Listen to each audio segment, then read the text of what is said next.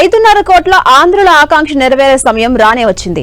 AP రాజధాని అమరావతి పనులు ప్రారంభించేందుకు ముహూర్తం ఖరారైంది. ఎంతో కాలంగా నిర్లక్ష్యానికి గురై ఎడారిని తలపించే విధంగా ఉన్న అమరావతి రాజధాని ప్రాంతం తిరిగి కలకలలాడే రోజులు రాబోతున్నాయి. ఇంతకీ రాజధాని అమరావతి పునర్నిర్మాణానికి ముహూర్తం ఎప్పుడు ఖరారైంది? ఆంధ్రుల కలల రాజధాని ఏ విధంగా ఉండబోతోంది అన్న దానిపై మా 10 టీవీ ప్రతినిధి జయరాజ్ అందిస్తున్న స్పెషల్ గ్రౌండ్ రిపోర్ట్ మీకోసం. అమరావతి ప్రజా రాజధాని పునర్నిర్మాణానికి ముహూర్తం ఖరారైంది.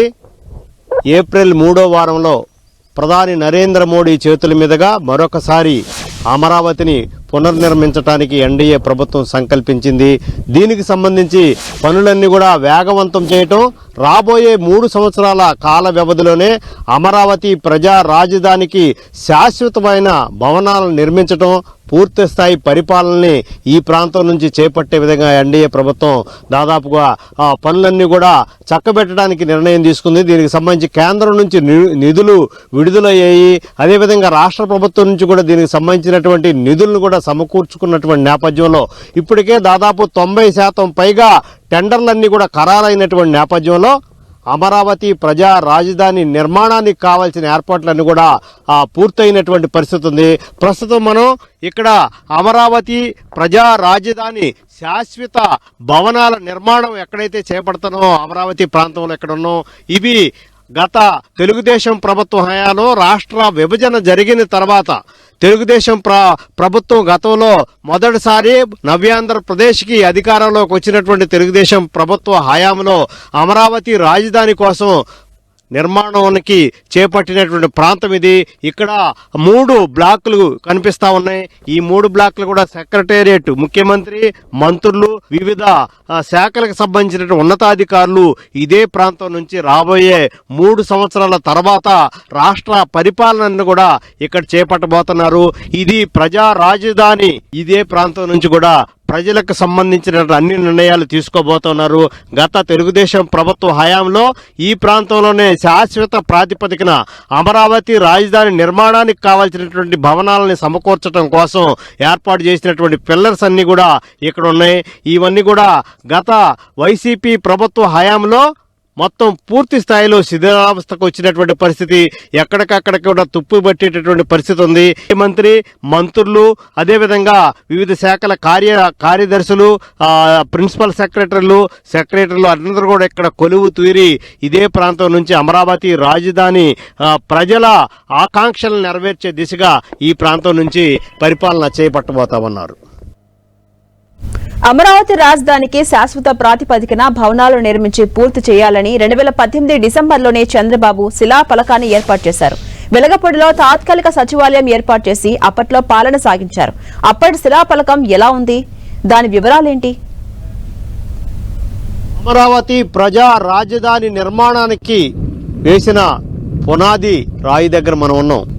ఇక్కడ చూస్తే 2018 డిసెంబర్ 27వ తేదీన దీనికి సంబంధించిన అమరావతి రాజధాని నిర్మాణానికి కావాల్సినటువంటి పునాది రాయి ఇక్కడ వేశారు. శంకుస్థాపన కార్యక్రమం ఈరోజు ఇక్కడ జరిగింది. ఇక్కడ చూస్తే ఆంధ్రప్రదేశ్ ప్రభుత్వం, ఆంధ్రప్రదేశ్ రాజధాని ప్రాంత అభివృద్ధి ప్రాధికార సంస్థ, ఆంధ్రప్రదేశ్ రాష్ట్ర సచివాలయం, శాఖాధిపతుల కార్యాలయాల సముదాయానికి శంకుస్థాపన. ఆ రోజున నారా చంద్రబాబు నాయుడు ముఖ్యమంత్రిగా ఆ రోజు ముఖ్య అతిథిగా దీని శంకుస్థాపన కార్యక్రమానికి పాల్గొన్నారు.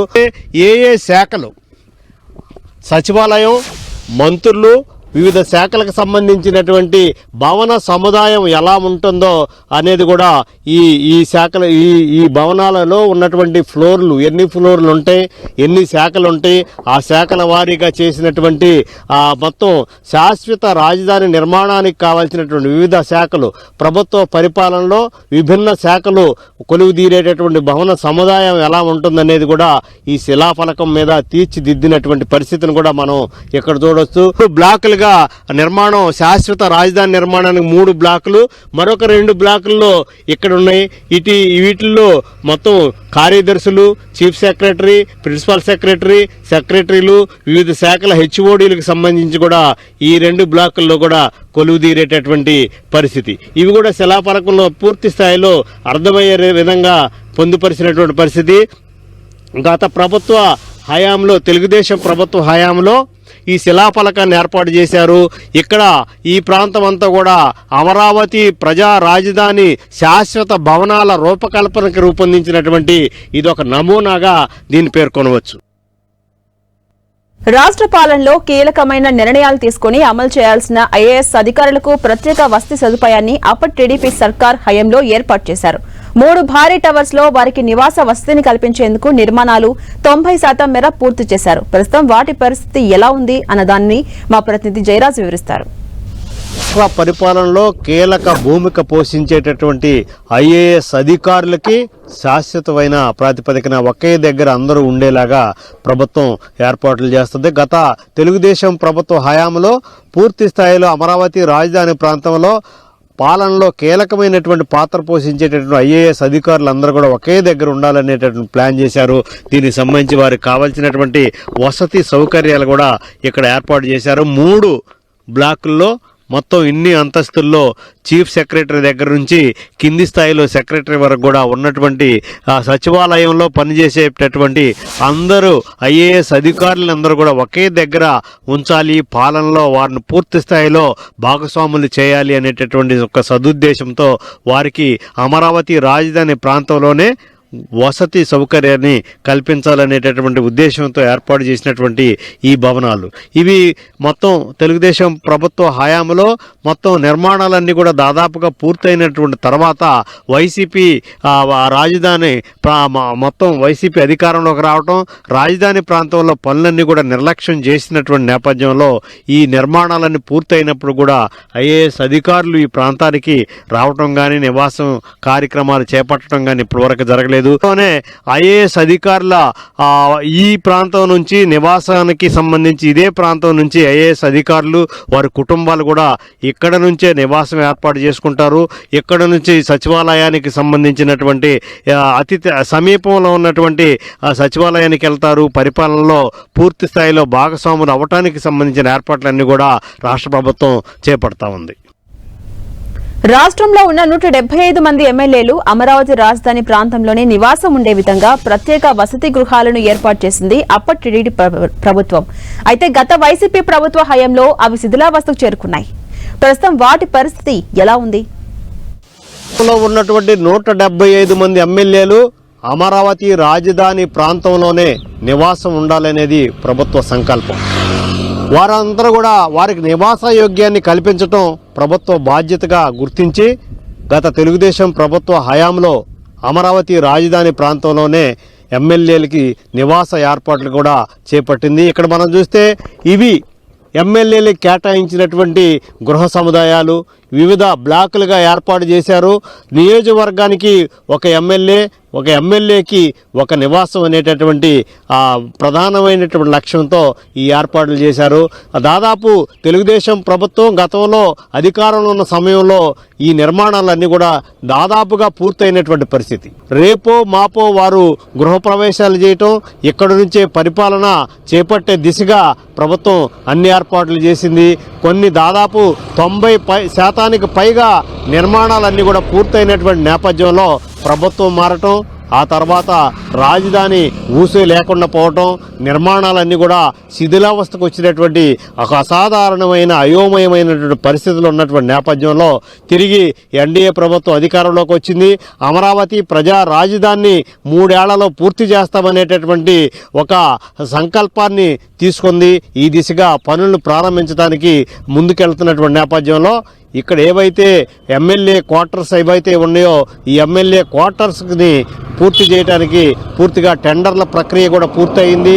నిధుల కేటాయింపు కూడా పూర్తయింది. అటు కేంద్రం నుంచి ఇటు రాష్ట్ర ప్రభుత్వం నుంచి కూడా నిధుల కొరత లేకుండా, ప్రజలపైన భారం లేకుండా ఈ నిర్మాణాలన్నీ కూడా త్వరితగతిన పూర్తి చేస్తామని ఇప్పటికే ప్రభుత్వం ప్రకటించినటువంటి నేపథ్యంలో అతి త్వరలోనే పెండింగ్లో ఉన్నటువంటి ఎమ్మెల్యే క్వార్టర్ల నిర్మాణాలని ఆఖరి దశలో ఉన్నటువంటి ఈ నిర్మాణాలన్నీ కూడా పూర్తి చేయటం, పూర్తి స్థాయిలో వసతులు కల్పించటం, చేసి ఎమ్మెల్యేలు అందరూ కూడా 175 మంది ఎమ్మెల్యేలు ఇదే ప్రాంతం నుంచి పరిపాలనలోనూ అటు ప్రజలకి ఇటు ప్రభుత్వానికి చేరువుగా అందుబాటులో ఉండే విధంగా తీర్చిదిద్దడానికి కావాల్సిన ఏర్పాట్లన్నీ కూడా త్వరలోనే పనులు ప్రారంభమవుతాయి. అతి త్వరలోనే నిర్మాణాలన్నీ కూడా పూర్తయి ఎమ్మెల్యేలు ఎక్కడి నుంచే పరిపాలన చేసే దిశగా ఏర్పాట్లన్నీ కూడా చకచకా జరిగేటటువంటి అవకాశాలు కనిపిస్తూ ఉన్నాయి.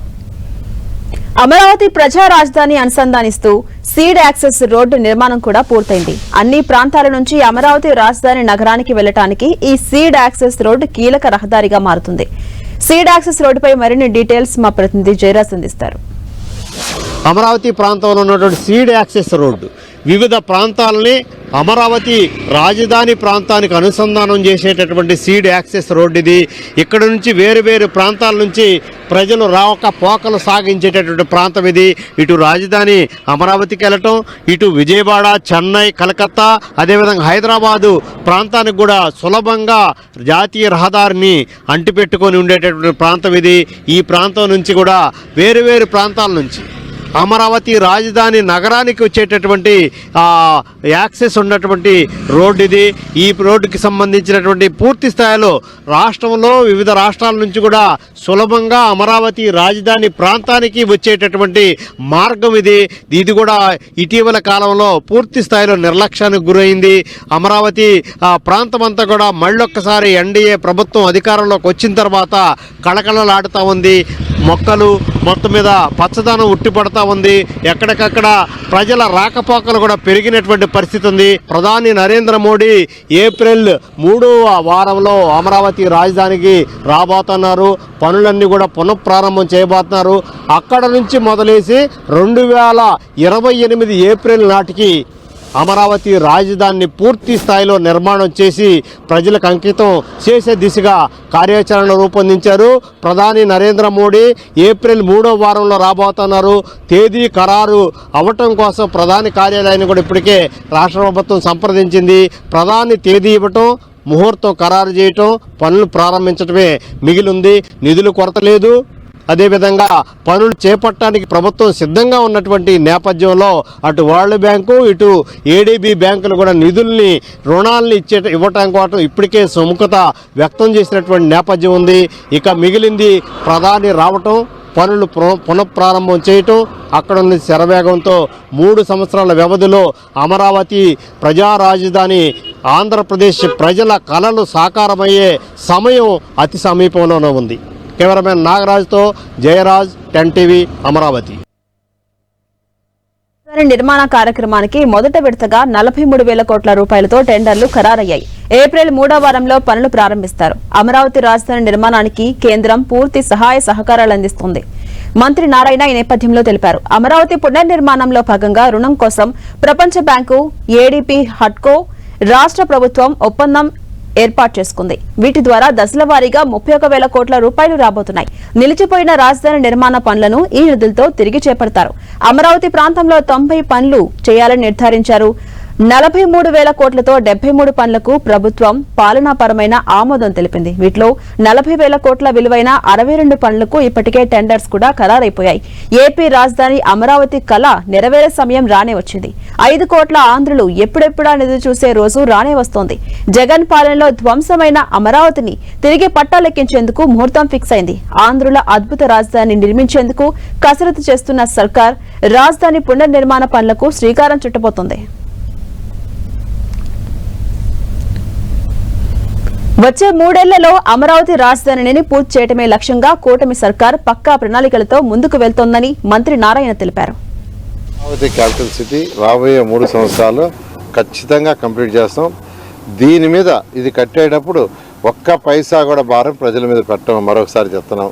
ముఖ్యమంత్రి గారు ప్రతి మీటింగ్లో చెప్తున్నారు, ఇది సెల్ఫ్ సఫిషియెంట్ కావాలా, ఏదైతే మిగిలిన ల్యాండ్ ఉందో దాన్ని మానిటైజ్ చేసిన వచ్చేదంతా కట్టాలని ముందు వచ్చి యాక్చువల్గా లోన్స్ తీసుకున్నాం. ఒకటి వరల్డ్ బ్యాంకు, ఏడీబీ ద్వారా 15,000 కోట్లు, హడ్కో వచ్చి 11,000 కోట్లు, అదేవిధంగా బ్యాంక్స్ ద్వారా 5,000 కోట్లు. దీంతో స్టార్ట్ చేస్తాం. ల్యాండ్ వాల్యూ పెరిగిన తర్వాత ల్యాండ్ అమ్మేసి ఈ యొక్క అప్పు తీర్చేయడం జరుగుతుంది.